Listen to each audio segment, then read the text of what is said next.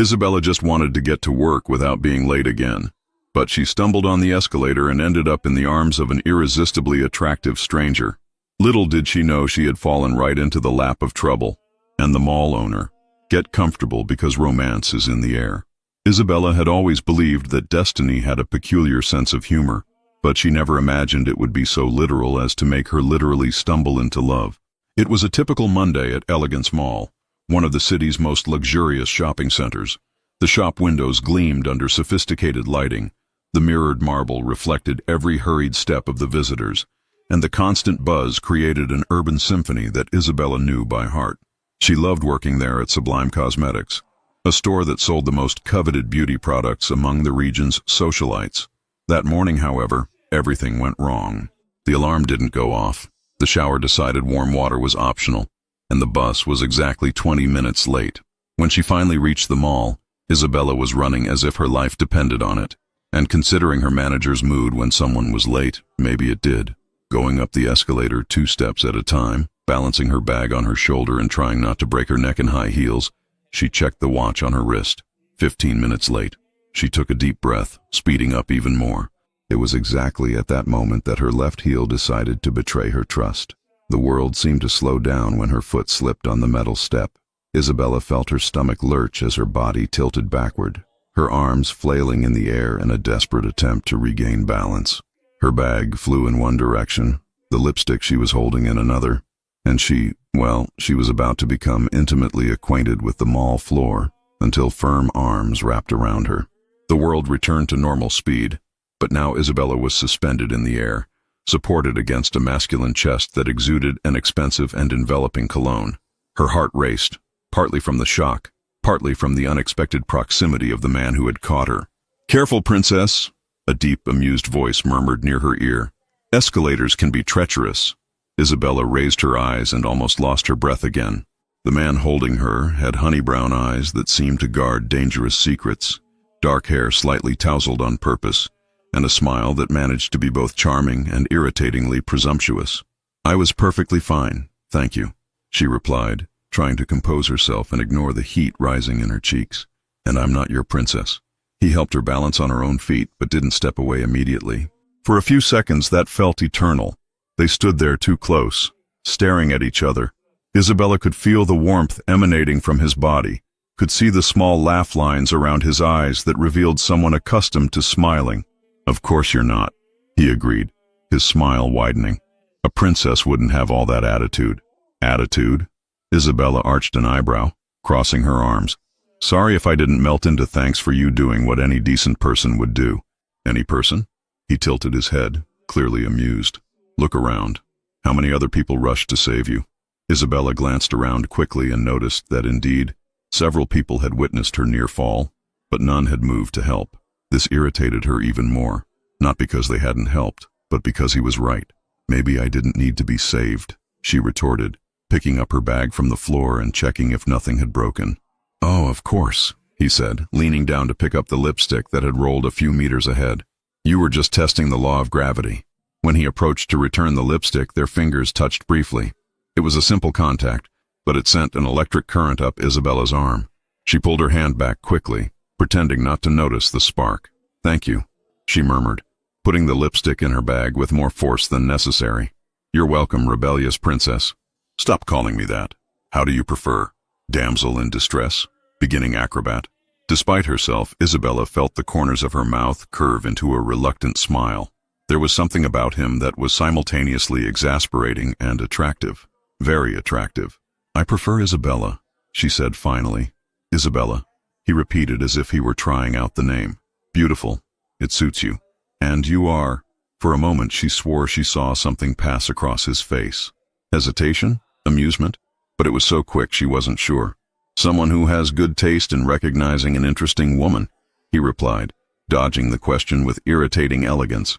Isabella rolled her eyes. What a cliched line. It didn't work at all. "Liar," he said, stepping closer. "You're smiling." And she was. Damn it. Isabella quickly recomposed her expression, trying to appear indifferent. "I need to go to work," she announced, taking a step back. "Thank you for the assistance." "It was a pleasure, Isabella," he said, and the way he pronounced her name did something strange to her stomach. I hope we meet again. In a mall this size, it's possible. Unlikely, she replied, already walking away. Never say never, he called after her. Destiny sometimes has a sense of humor. Isabella waved without turning around, trying to ignore the feeling that his eyes were still glued to her. Only when she reached the store and took refuge behind the counter did she allow herself to sigh deeply. You arrived just in time, commented Melissa, her co-worker. The manager came by looking for you 5 minutes ago. Great, Isabella murmured, still trying to process the encounter on the escalator. But tell me, Melissa approached curiously. I saw you talking to a hottie out there. Who was he? Nobody, Isabella replied too quickly. Just a guy who helped me when I stumbled. Oh, right. Melissa didn't seem convinced.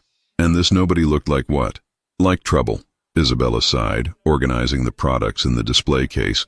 But even while trying to concentrate on work, she couldn't get those honey brown eyes and that irritatingly confident smile out of her head. There was something about him that affected her in a way she couldn't explain.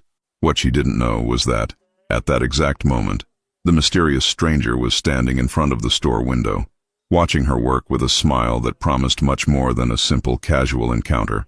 The game was just beginning.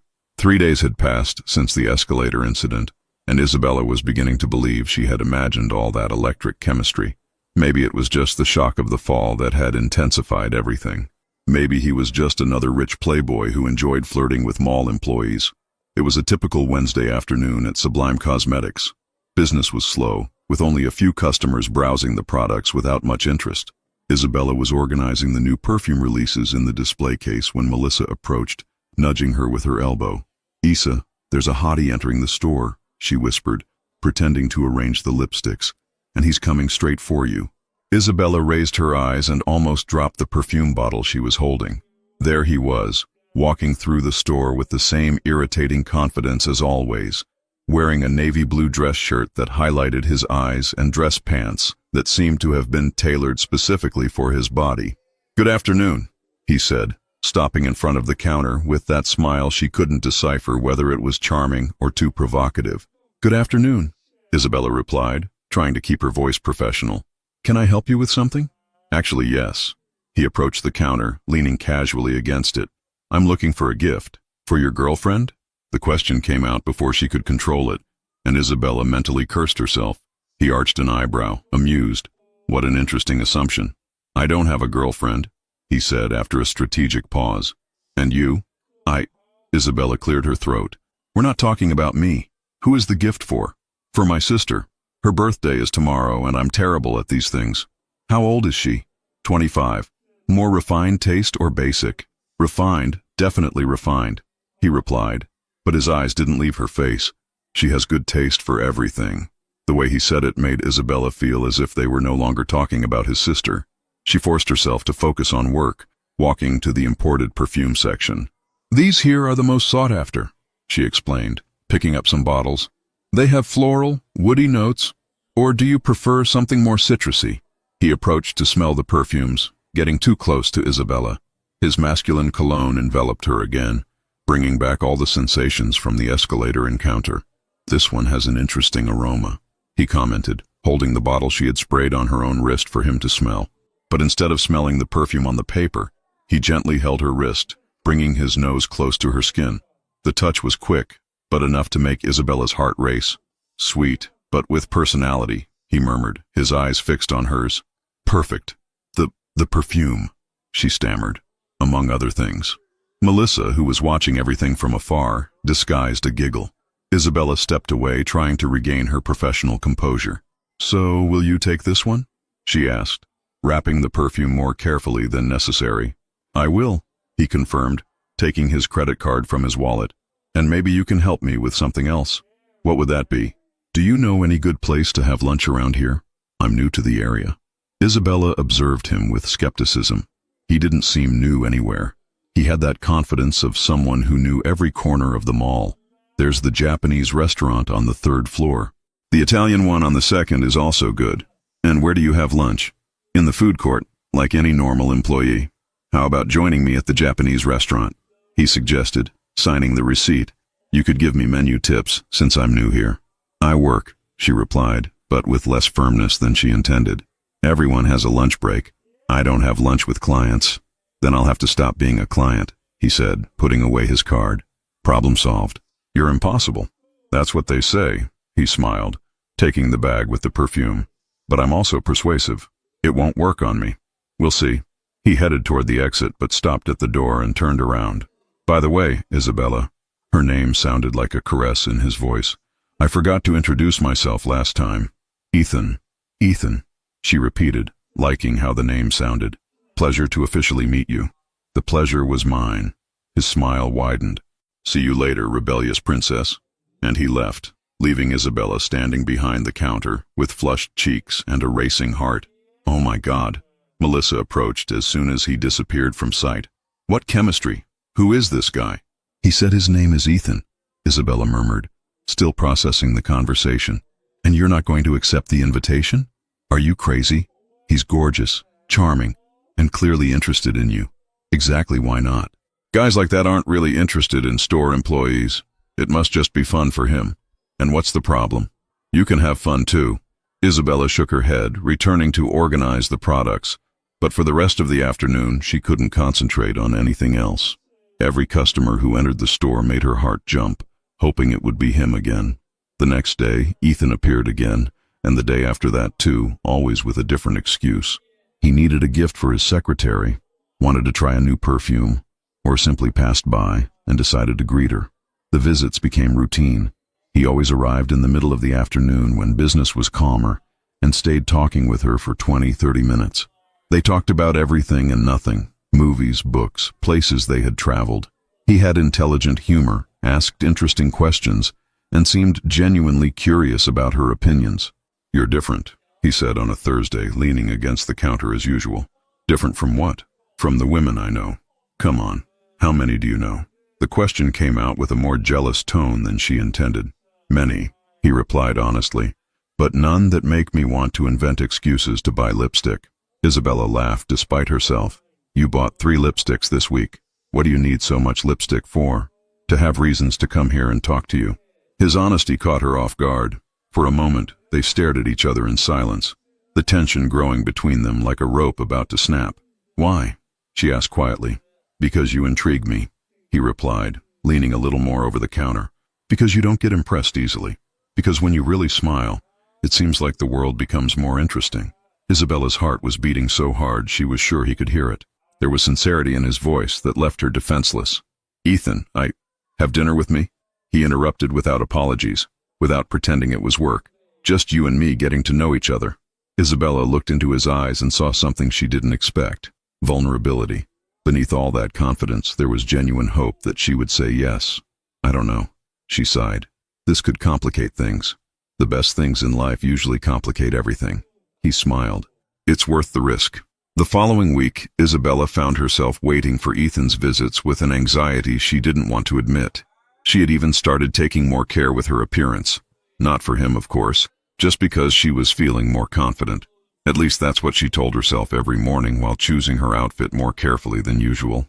It was a sunny Friday when Melissa arrived at work with that expression of someone who knew something nobody else knew. She barely greeted Isabella before planting herself in front of the counter, her eyes shining with contained curiosity.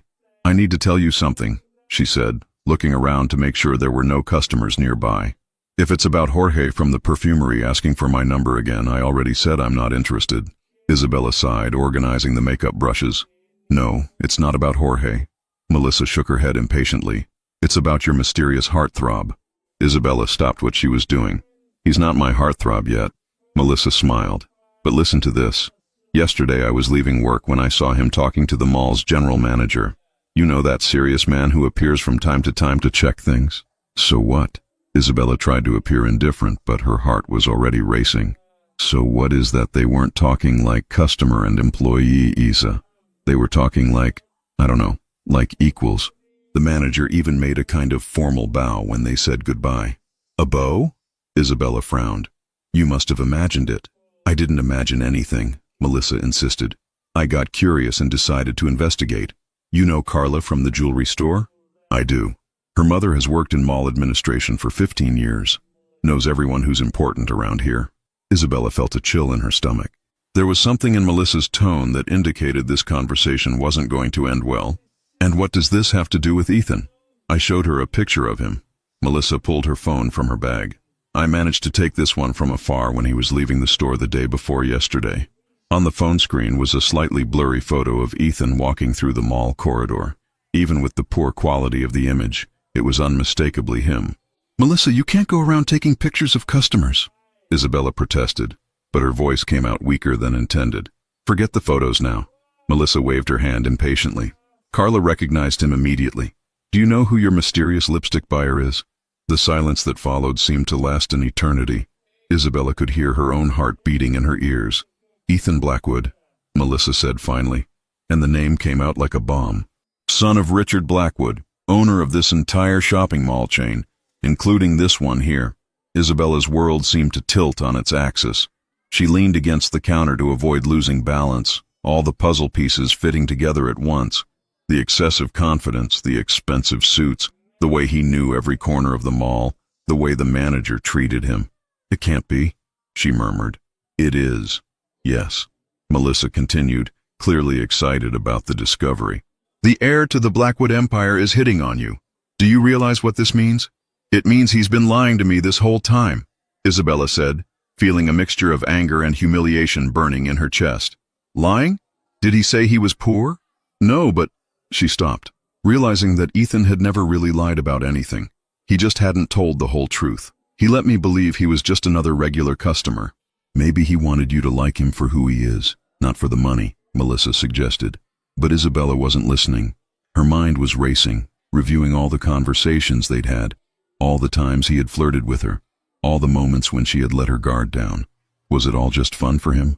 A game with the naive little employee? "Isa, are you okay?" Melissa asked, noticing her friend's pallor.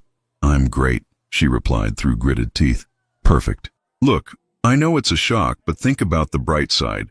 He's rich, handsome, and clearly interested in you. It's not exactly a problem."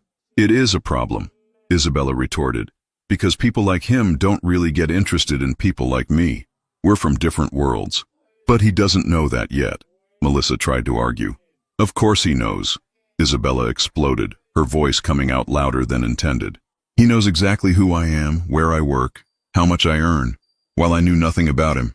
This isn't a relationship, Melissa. It's him having fun at my expense." At that moment, as if the universe had perfect timing to make things worse, Ethan appeared at the store entrance. He wore a white dress shirt and dark pants, was even more handsome than usual, and brought that smile that used to make her melt and now only irritated her. "Good afternoon, ladies," he greeted, approaching the counter as he always did.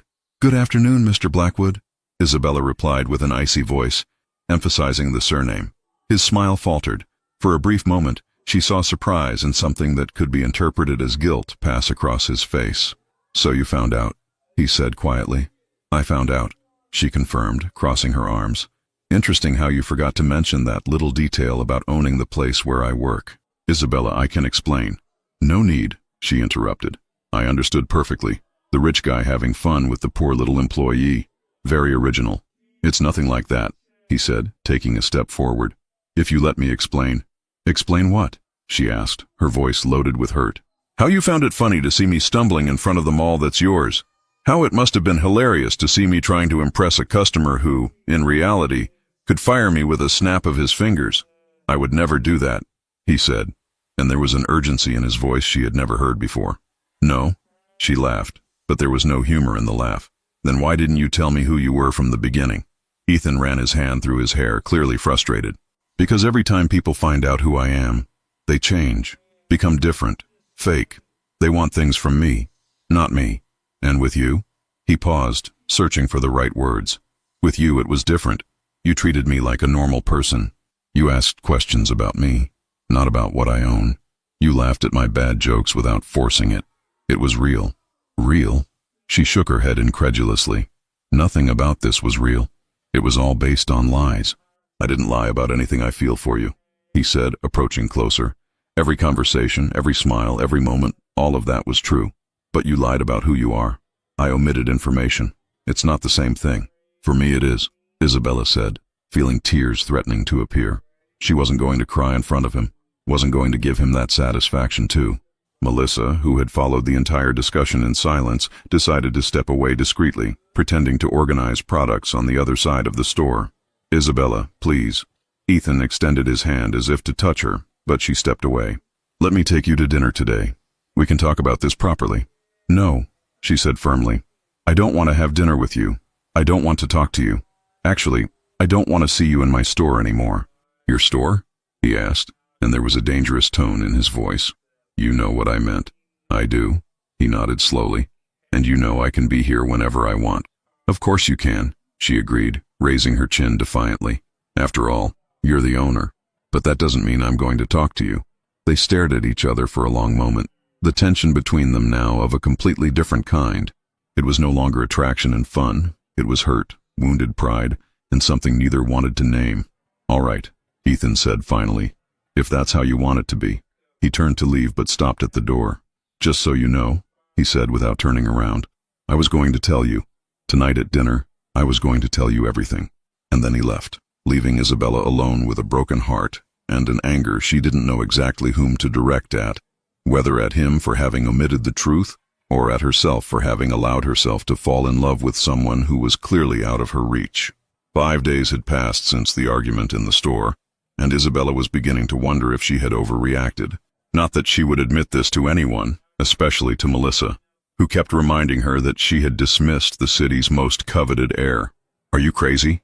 Melissa had said for the 10th time that week. "The richest and most handsome man in the mall was at your feet, and you expelled him because of what exactly? Because he didn't come and say, 'Hi, I'm a billionaire'?" "It wasn't because of that," Isabella shot back, but her conviction was diminishing with each day that passed without seeing him. Because, to her own surprise and irritation, Ethan had respected her request. He didn't appear in the store anymore, didn't casually pass through the corridor, didn't invent more excuses to buy products he clearly didn't need. He simply disappeared, and this was making her more irritated than when he insisted on appearing. That Wednesday, Isabella had one of the worst workdays of her life. It started with a hysterical customer because the lipstick shade wasn't exactly as she expected, went through an accidental spill of expensive foundation on the floor, and ended with the news that the store's sales were below the monthly target. "Everything will be fine," Melissa tried to console her as they closed the store. "Tomorrow is another day." "Easy to say," Isabella sighed, putting the key in her bag. "You don't have a manager breathing down your neck because of low sales." "Sales will improve, and who knows?" Melissa made a dramatic pause. "Maybe a special customer will appear who'll buy everything in the store." "Stop daydreaming." Isabella rolled her eyes. "And stop talking about him. I already said I don't want to know about this subject anymore." They said goodbye in the parking lot, and Isabella walked alone to the bus stop. The mall was already closing, and the corridors echoed with the sound of her heels on the marble. It was a walk she had made for years, but that night, for some reason, it felt different. Maybe it was fatigue, or maybe it was the stupid longing that insisted on squeezing her chest every time she thought of honey brown eyes and cynical smiles. She was almost reaching the exit when she saw him. Ethan was leaning against the wall near the elevators, hands in his pants pockets, looking directly at her. He wore a dark gray dress shirt and jeans, a more casual combination than she was used to seeing him wear, but which made him even more attractive. Isabella stopped in the middle of the corridor, her heart racing. For a moment, they just stared at each other, the tension between them so palpable it seemed to occupy all the space around them. "What are you doing here?" she asked, trying to keep her voice firm. "Waiting for you," he replied simply, pushing away from the wall and walking slowly toward her. "I said I didn't want to talk to you anymore." "You did," he agreed, stopping a few meters away. "But you didn't say I couldn't wait for you out here." "Technically, here inside is still yours," she pointed out, trying to maintain the sarcastic tone. "Technically," he admitted, and she saw a glimpse of the old smile. "But that's not why I'm here." "Then why are you?" Ethan ran his hand through his hair, a gesture she had already learned he made when he was nervous or frustrated. "Because I can't stop thinking about you," he said, and the raw honesty in his voice hit her like a punch to the stomach. "Because it's been 5 days since I've slept properly. Because I tried to forget, tried to convince myself it was better this way, but I can't." "Ethan, no. Let me talk," he interrupted, approaching one more step. "You were right to be angry with me. I should have told you who I was from the beginning, but you were also right about the reason why I didn't tell you. What reason? Because you're doing exactly what I feared you would do, he said, gesturing between the two of them. You're treating me like I'm a completely different person now that you know my last name. Because you are different, she exploded. You're rich, powerful, you can have any woman you want. Why the hell would you be interested in me? Because you make me laugh, he replied without hesitation. Because you're not afraid to contradict me. Because when you talk about things you like, your eyes shine in a way that leaves me breathless. Because you're intelligent, funny, and the most beautiful woman I've ever seen in my life. Isabella felt her cheeks heat up but shook her head. You could say that to anyone. I could, he admitted, but I don't. And even if I did, it wouldn't be true like it is with you. He took another step, now close enough for her to feel the heat emanating from his body. Isabella, I know we're from different worlds. I know my family, my money, all of this complicates things. But what I feel for you has nothing to do with any of that. How can I be sure? She asked, and her voice came out more vulnerable than intended. Because if it were just fun, I would have given up 5 days ago, he said, slowly raising his hand to touch her face. Because if it were a game, I wouldn't be here begging you to give me a chance. The touch of his fingers on her cheek made Isabella close her eyes involuntarily. It was soft, almost reverent, as if she were made of something precious that could break. I don't know if I can trust you, she whispered. Then let me prove it, he said, approaching even closer. Let me show you that what I feel is real. When she opened her eyes, she found his fixed on her face, studying every detail as if he were memorizing it. There was something different there, no longer the arrogant confidence from before, but a vulnerability she had never seen. Ethan. He leaned slowly, giving her time to pull away if she wanted, but Isabella didn't pull away. Instead, she raised her face toward his, closing her eyes when she felt his warm breath brush her lips. The kiss began soft, almost hesitant, like a question he was asking. But when she responded, pressing her lips against his, something exploded between them. His hands tangled in her hair, pulling her closer, while hers clung to his shirt like an anchor. The kiss deepened, 5 days of tension and longing materializing in that meeting of lips and tongues. Isabella had never been kissed like that, as if the world could end and that moment was the only thing that mattered. Ethan kissed her with an intensity that made her legs weak, one of his hands firm on her waist, the other still entwined in her hair. When they finally separated to breathe, they stayed with their foreheads touching, breathing heavily.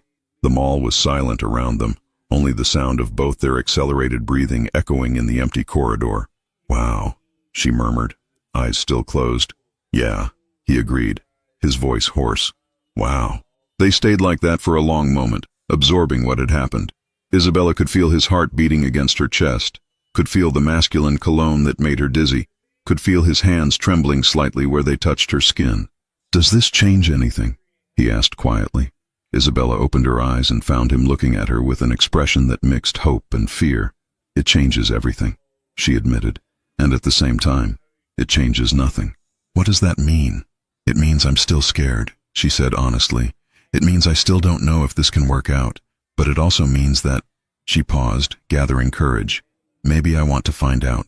The smile that spread across his face was the most beautiful she had ever seen. It wasn't the confident and provocative smile from before, but something genuine and relieved. Can I take you home? He asked. Not in your expensive car, she said quickly. I'm not ready for all that ostentation yet. All right, he laughed. We can take a taxi or the bus if you prefer. You on the bus? She arched an eyebrow. That I need to see. For you, I'd do anything, he said, and the sincerity in his voice made her heart skip a beat. As they walked together toward the exit, Isabella knew she was getting into unknown territory. She didn't know if this would work out, didn't know if she could handle the complications that would come. But for the first time in 5 days, she felt alive again, and maybe, just maybe, it was worth the risk. 2 weeks had passed since that kiss in the mall corridor, and Isabella was living on an emotional roller coaster that she didn't know if she loved or hated. Ethan had kept his promise to take things slow. He didn't pressure her, didn't flaunt his wealth in front of her, and surprisingly, really did take the bus a few times to accompany her home. They met almost every day after work. Sometimes they just walked through the mall after the stores closed, talking about everything and nothing. Other times they went to a simple snack bar near her house, where Ethan seemed genuinely happy eating a common hamburger while she laughed at his clumsy attempts to eat without getting dirty. "Have you never eaten at a snack bar before?" she had asked on one of these occasions, watching him try to figure out the best way to approach the giant sandwich. "Not like this," he admitted. "It was always restaurants, waiters, cloth napkins." "What a sad life," she joked, wiping a drop of sauce from his chin with the paper napkin. The simple gesture had made his eyes darken in a way that made her stomach do somersaults. It was moments like these that made Isabella begin to believe that maybe, just maybe, this could work. Ethan was making an effort to enter her world, and she was slowly lowering her defenses. But that Thursday, everything changed. Isabella was organizing the new products when she noticed strange movement outside the store. Several administration employees hurried through the corridor, talking quietly and with tense expressions. Even the general manager appeared, something that only happened when there were serious problems. "What do you think is happening?" Melissa asked, observing the commotion. "I have no idea," Isabella murmured, but felt a tightness in her chest she couldn't explain. It was then that she saw him. Richard Blackwood walked through the corridor with the posture of an emperor inspecting his kingdom. Tall, imposing, wearing a suit that probably cost more than Isabella's annual salary. He radiated power and authority. Behind him, a small entourage of assistants tried to keep up with his firm pace. Isabella had never seen him in person, but there was no mistaking him. The resemblance to Ethan was undeniable. The same penetrating eyes, the same strong jawline. But where Ethan had warmth and humor, Richard had coldness and determination, and he was coming directly to her store. "My God," Melissa whispered. "It's Richard Blackwood. What does he want here?" Isabella didn't answer because her heart had stopped beating. There was something in the way he looked at the store, at her, that made all her instincts scream danger. Richard stopped at the entrance of Sublime Cosmetics, dismissed the assistants with a dry gesture, and entered. The space that always seemed adequate suddenly felt tiny with his presence. "Good afternoon," he said, his voice deep and controlled. "You must be Isabella." It wasn't a question. It was a statement loaded with knowledge and, by the tone, disapproval. "Good afternoon, Mr. Blackwood," she replied, trying to keep her voice steady. "Can I help you with something?" "Actually, you can." He walked through the store as if evaluating every detail. "I'd like to have a private conversation with you about my son." Isabella's blood froze. Melissa mumbled some excuse and disappeared to the back of the store, leaving them alone. "I'm not sure what you mean," Isabella tried, but her voice sounded unconvincing even to herself. Richard turned to face her, and the weight of his gaze was almost physical. "Don't insult me by pretending ignorance," he said calmly. "I know exactly what's happening between you and Ethan. The question is, do you?" "We're just friends," Isabella attempted. "Friends?" He arched an eyebrow in a way so similar to Ethan it was disturbing. "Friends who kiss in my mall after hours?" Isabella felt her cheeks heat up. Of course he knew. He probably had cameras in every corner of that place. "With all due respect, Mr. Blackwood, my personal life is none of your business." "It becomes my business when it involves my son and an employee of my establishment," he retorted, his tone still controlled but with a coldness that made Isabella shiver. "I haven't done anything wrong." "I didn't say you did," Richard agreed, "but you're doing something imprudent for both of you." He walked to the counter, placed his hands on it, and leaned slightly toward her. It was a posture that should seem casual but was actually pure intimidation. "Let me be clear, Isabella. Ethan is an impressionable young man. He's always had a tendency to get involved with lost causes, impossible projects. It's a phase he needs to overcome." "A phase?" Anger began to bubble in her chest. "Is that how you see your own son?" "I see my son as someone who has responsibilities," Richard replied. "An empire to inherit, a family reputation to maintain, social expectations to fulfill. And I see you as a dangerous distraction from all of that." "Dangerous?" Isabella laughed, but there was no humor in the laugh. "You don't even know me. I know enough. I know you work in a cosmetics store, live in a rented apartment in the suburbs, take the bus to work. I know your family is lower middle class and you have no relevant social or business connections." Each word was a stab, not because they were lies, but because they were truths she had never felt ashamed of until that moment. "So what?" she asked, raising her chin defiantly. "So that doesn't match my son's world," Richard said. "Ethan needs to marry someone who can add value to our business, who understands the responsibilities that come with the Blackwood name. Someone from the same social circle. How convenient, Isabella said, her voice trembling with anger. Reducing love to a commercial transaction. Love? Richard laughed and the sound was cutting. My dear, do you really think this is love? Ethan is 28 years old and has never had to fight for anything in his life. You represent something forbidden, a challenge, an adventure. But when the novelty wears off, you don't know what you're talking about, don't I? He straightened up. Then tell me, has he taken you to meet anyone from the family? Have you gone together to any social events? Has he talked about introducing you to his friends, people from the same circle? Isabella opened her mouth to respond, but the words didn't come out because he was right. Every time they met, it was just the two of them, always away from the places Ethan frequented, always in her world, never in his. I see you're beginning to understand, Richard said, noticing her hesitation. Ethan may even believe he feels something real for you, but unconsciously he knows this can't go beyond what it already is. That's why he keeps you hidden. He said he wants to take things slow, she murmured, more to herself than to him. Of course he did. Richard nodded. It's easier than admitting he doesn't have the courage to publicly assume a relationship he knows is inappropriate. Isabella felt tears stinging her eyes, but refused to shed them in front of that man. What do you want from me? For you to be smart, he replied. To stop this before you both get hurt even more. To allow my son to follow the path that was laid out for him. And if I refuse? Richard smiled, but there was no warmth in that smile. Then you'll discover I can be very persuasive when necessary. This store, for example, has a lease contract that expires soon. It would be a shame if it weren't renewed due to administrative issues. The threat wasn't veiled. It was direct and clear. You're blackmailing me. I'm offering an opportunity for you to make the right decision on your own, he corrected. But yes, if necessary, I'll use all resources at my disposal to protect my son from a situation that can only end badly for everyone involved. Richard walked toward the exit but stopped at the door. Think about what we discussed, Isabella, and remember, the longer this goes on, the more painful the inevitable end will be. And then he left, leaving Isabella alone with a broken heart and the bitter feeling that maybe he was right about everything. Melissa appeared a few minutes later, finding her still standing behind the counter, staring into space. Isa, what did he want? To destroy my life, Isabella replied, and her voice sounded strangely calm. And I think he succeeded. That night, when Ethan appeared to pick her up, as he did every day, Isabella observed him with different eyes. She looked for signs of what Richard had said, the hesitation, the hidden shame, the awareness that this couldn't last, and the scariest thing of all was that she found them. For 3 days, Isabella avoided Ethan. It wasn't easy. He appeared at the store as he always did, but she hid in the back, asking Melissa to serve him. He sent messages asking if everything was okay, and she responded with vague excuses about being busy. He called a few times, and she simply didn't answer. But on the 3rd day, he didn't appear.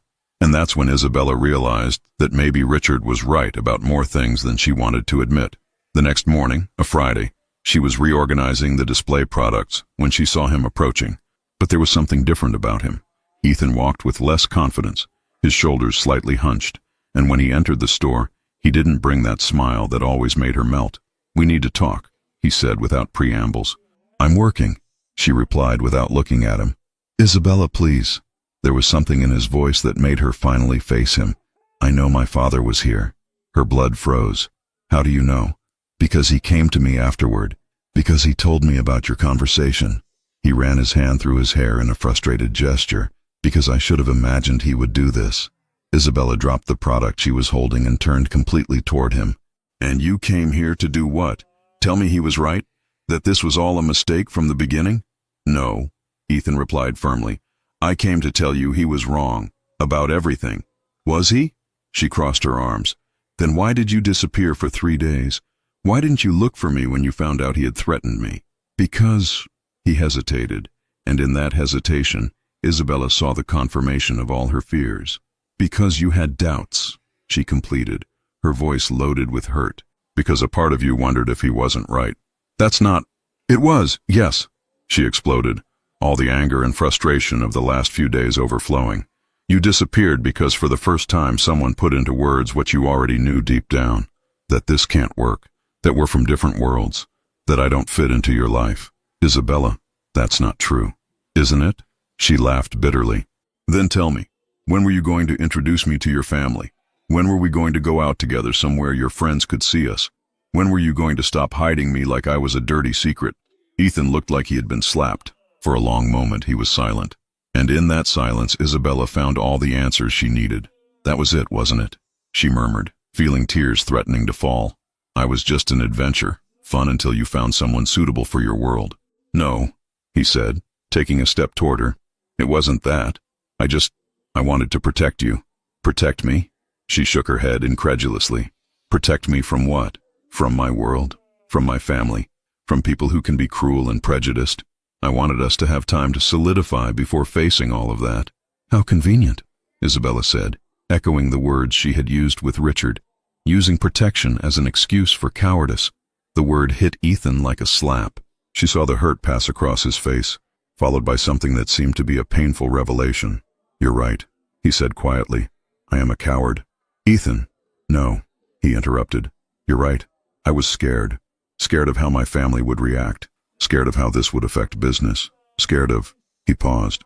Scared you'd realize that maybe I'm not worth all the drama that comes with me. Isabella felt part of her anger dissipating, replaced by deep sadness. And now? She asked. What's changed?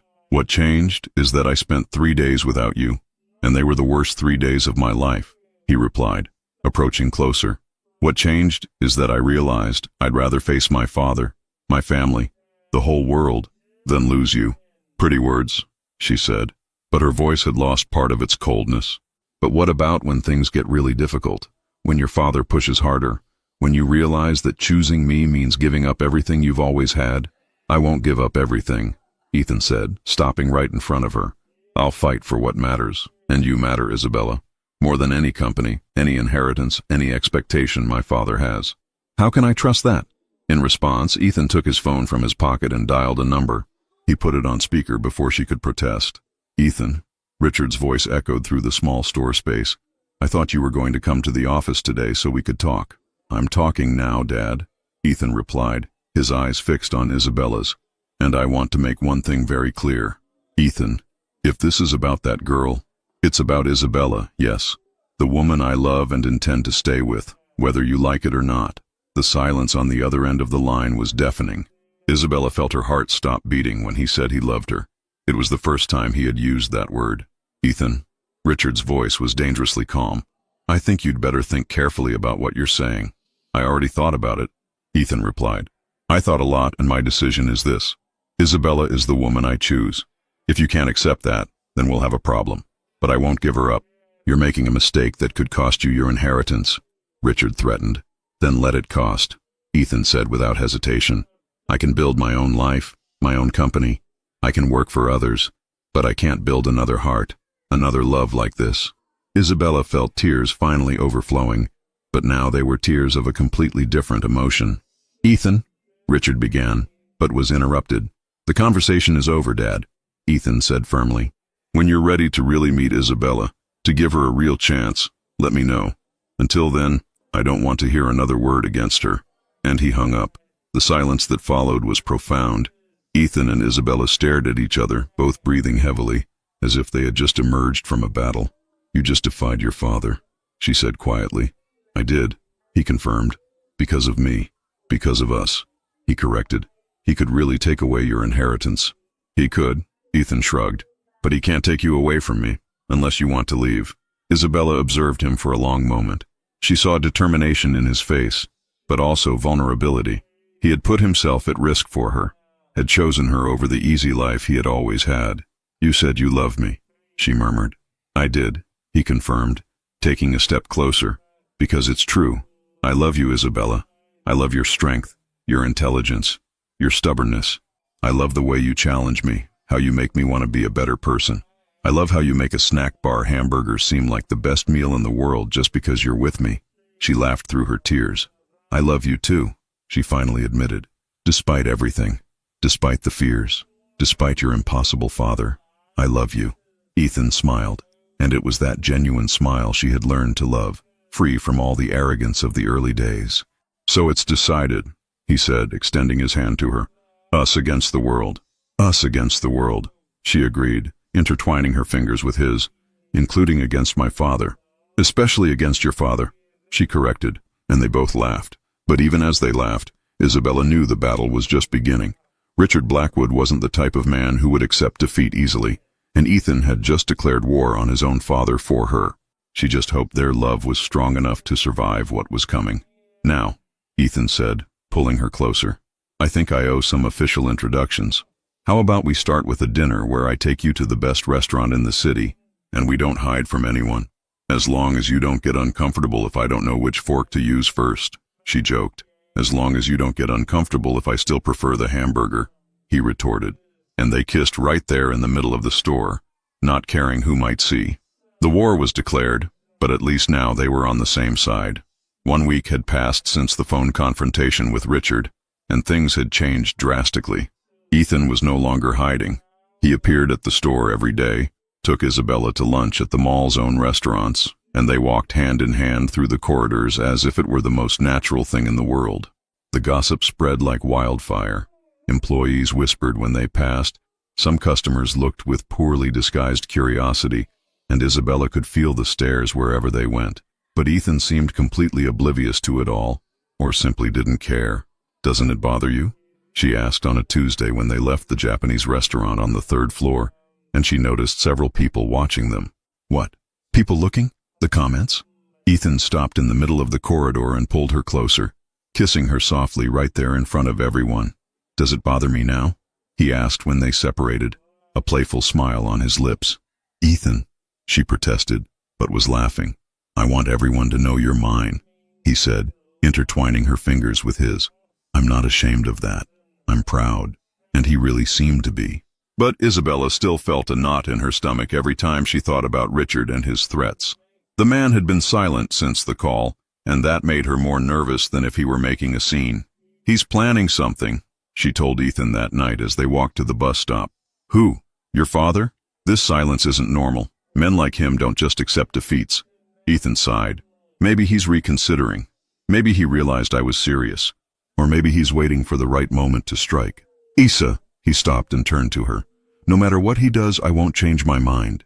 And if he really cuts off your inheritance, if he disinherits you, then I'll work like any normal person. I have a degree in business administration. I have experience in the family business. I can start my own company, work for others. He shrugged. I won't starve. But you were born for that life. It's yours by right. What's mine by right is choosing who I want to spend my life with, he replied, touching her face. And I choose you. The following Thursday, Isabella was having one of the busiest days in weeks. A special promotion had attracted several customers, and she barely had time for lunch. She was finishing a sale when Melissa appeared by her side, discreetly nudging her. Isa, she whispered. Look who arrived. Isabella raised her eyes and felt her blood freeze. Richard Blackwood was standing at the store entrance, but this time he wasn't alone. An elegant woman, probably in her 50s, was beside him. She had perfectly arranged blonde hair, wore an expensive jacket and skirt set, and carried a handbag that cost more than Isabella earned in 6 months. Who is she? Melissa asked, but Isabella didn't need to ask. There was only one person it could be, Ethan's mother. Excuse me, Richard said, approaching the counter when Isabella finished serving the customer. I'd like to speak with you. This is my wife, Victoria. The woman extended her hand with a smile that didn't reach her eyes. Pleasure, Isabella. I've heard a lot about you. Mrs. Blackwood, Isabella greeted, trying to keep her voice steady. Could we talk privately? Richard asked. Here is fine, Isabella replied. She wasn't going to be intimidated again. Victoria and Richard exchanged a glance. Very well, Victoria said. I came here because my husband told me about the situation between you and our son. What situation? The romantic involvement you're having, Victoria clarified as if talking about the weather. And I wanted to meet you personally before making any decisions. What kind of decisions? Whether I support my husband in his attempts to separate you or give you a chance to get to know you better. Isabella blinked, surprised. This wasn't what she expected. And what was your conclusion? Victoria studied her for a long moment. That you're exactly as Ethan described. Strong, intelligent, and not easily intimidated. He talked about me? At length, Richard interrupted, and there was a note of resignation in his voice. By phone. In person. He even sent a 3-page email explaining why he was in love with you, and why he thought we were wrong. 3 pages? Isabella couldn't hide her smile. 3 very eloquent pages, Victoria confirmed, talking about your work ethic, your independence, your sense of humor, your honesty. It was quite embarrassing, actually. Embarrassing to see my son defend someone with such passion, Richard admitted. Isabella looked from one to the other, trying to understand where this conversation was leading. What do you want from me? We want to really get to know you, Victoria said, not as a threat or a problem to be solved, but as the woman who won our son's heart. Richard may have questionable methods. Victoria gave a meaningful look at her husband. But he only wants to protect Ethan, sometimes excessively. Sometimes, Richard murmured. Frequently, Victoria corrected. And I want to make sure we're not making a mistake by pushing away someone who could make our son happy. Before Isabella could respond, a commotion began outside the store. Several people were looking in the same direction, pointing and whispering.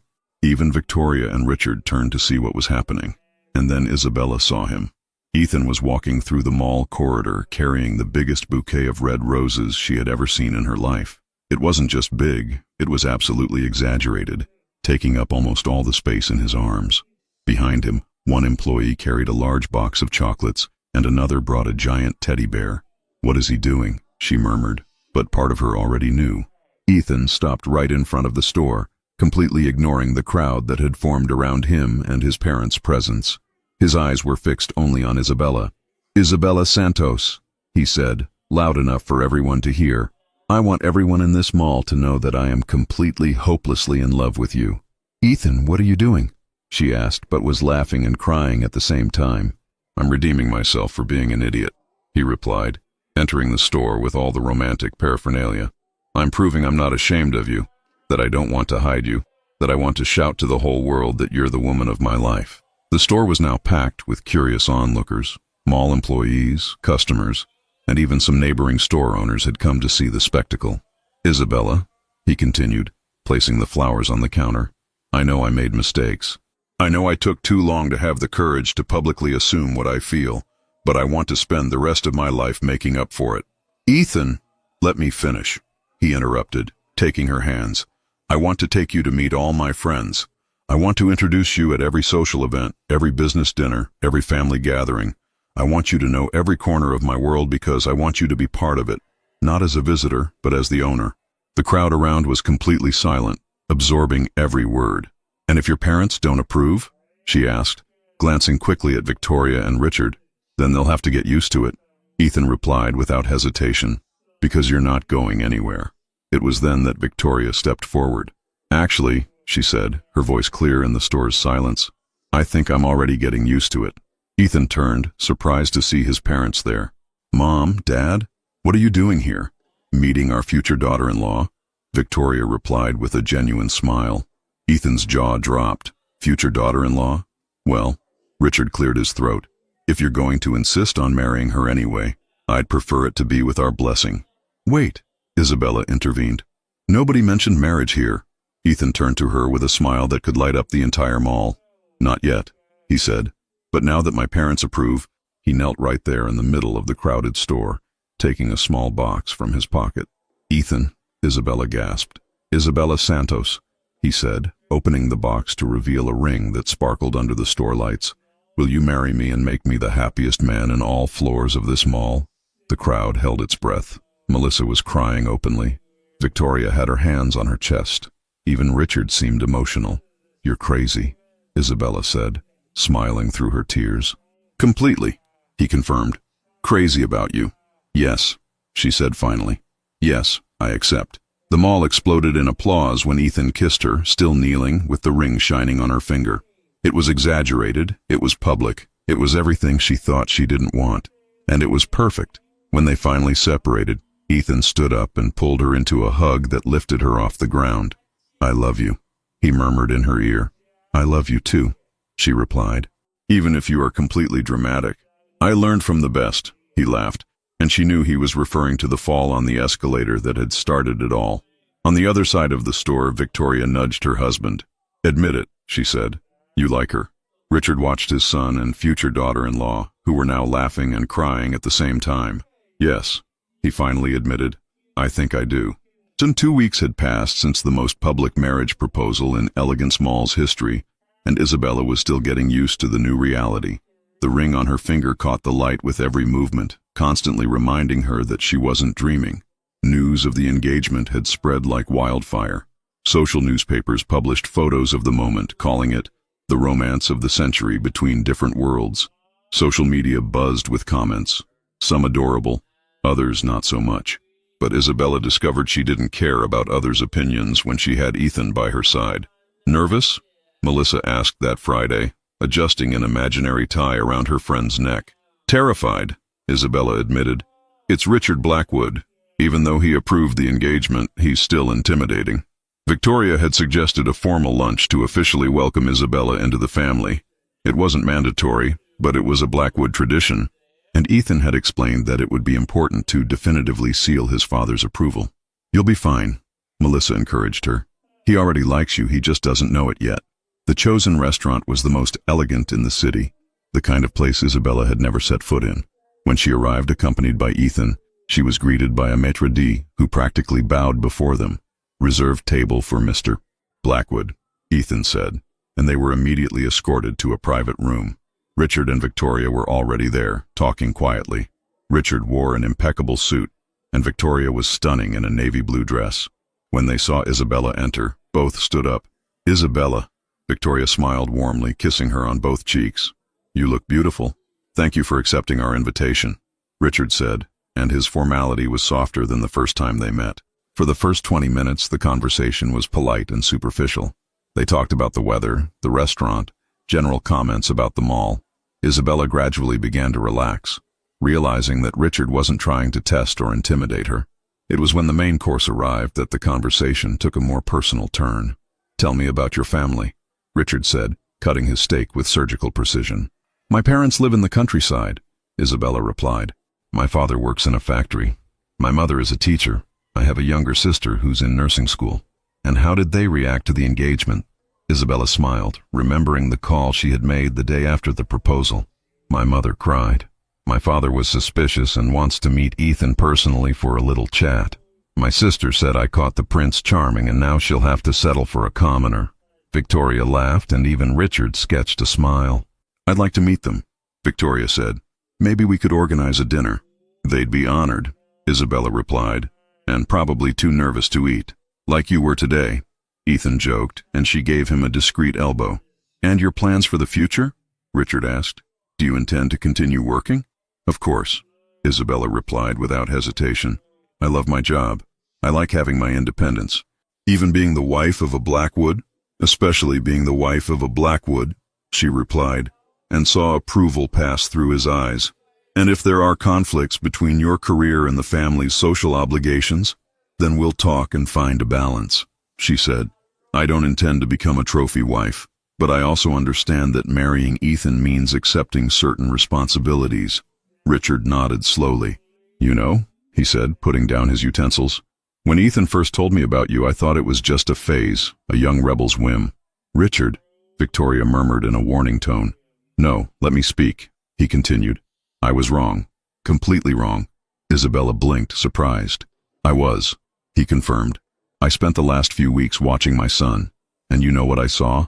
I saw a man who found his purpose, someone who's motivated, happy, determined, something I hadn't seen in him for years." "Dad," Ethan said quietly. "And you?" Richard turned to Isabella. "Didn't just win his heart, you won his respect, and that's rare." "Mr. Blackwood." "Richard," he corrected, "and I want to apologize for the way I treated you the first time we met, for the threats, the blackmail. It was inappropriate and unfair. You were protecting your son," Isabella said diplomatically. "I was trying to control my son," he corrected. "There's a difference. And I realized I don't need to protect him from you. I need to thank you for appearing in his life." Victoria was smiling proudly at her husband, and Ethan seemed to be trying not to cry. "So," Richard continued, "I'd like to formally withdraw all objections to your relationship and give my official blessing to the marriage." "Thank you," Isabella said, feeling enormous relief. "That means a lot to me." "And to me?" Richard raised his wine glass.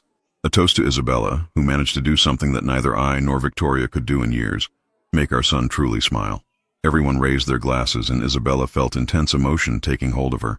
She had found not only the love of her life, but a family that, despite initial setbacks, was willing to accept her. "Now," Victoria said after they toasted, "we need to talk about the wedding. When are you thinking of having the ceremony?" "We haven't decided yet," Ethan replied. "And where?" Richard asked. "I can suggest some places." "Actually," Isabella interrupted, a crazy idea passing through her head, "I already know where I want it to be." "Where?" everyone asked at the same time. "At the mall," she said, and saw surprised expressions around the table. "That's where we met. That's where it all began." "At the mall?" Victoria repeated, as if she wasn't sure she had heard correctly. "Why not?" Ethan said, his eyes shining. "We could decorate the central atrium, use the escalator as, I don't know, an alternative altar." "You two are crazy," Richard said, but laughing. "Completely crazy." "Yeah," Isabella agreed, "but that's how we like it." A few hours later, they said goodbye outside the restaurant. Victoria hugged Isabella warmly, whispering in her ear that she was happy to gain a daughter. Richard, surprisingly, also hugged her, saying he was looking forward to meeting her parents. "Shall we take a walk through the mall?" Ethan suggested when they were alone. "To celebrate." "Let's," she agreed. They walked hand in hand through the familiar corridors, watching the stores that were already closing.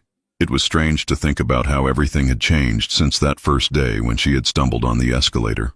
"What are you thinking about?" Ethan asked. "About how life is funny," she replied. "If I hadn't been late that day, if I hadn't run up the escalator, if I hadn't stumbled—" "But you stumbled," he interrupted, "and fell into my arms. Literally. And you never let me go. And I never will." They stopped exactly where it all began. The escalator was empty, the mall lights creating an almost magical atmosphere. "You know," Ethan said, a mischievous expression on his face, "I have an idea." "What kind of idea?" she asked suspiciously. "How about we recreate our first meeting?" Ethan, no, but he was already going up the escalator, gesturing for her to follow. "Come on," he shouted. "Pretend you're late for work. You're impossible," she shouted back, but started going up behind him. "Now stumble," he instructed when she got close to the top. "I'm not going to stumble on purpose." "That's ridiculous." "Then I'll catch you anyway," he said, extending his arms. And that's exactly what he did. When she reached the top of the escalator, Ethan pulled her into his arms, making her laugh as he spun her around.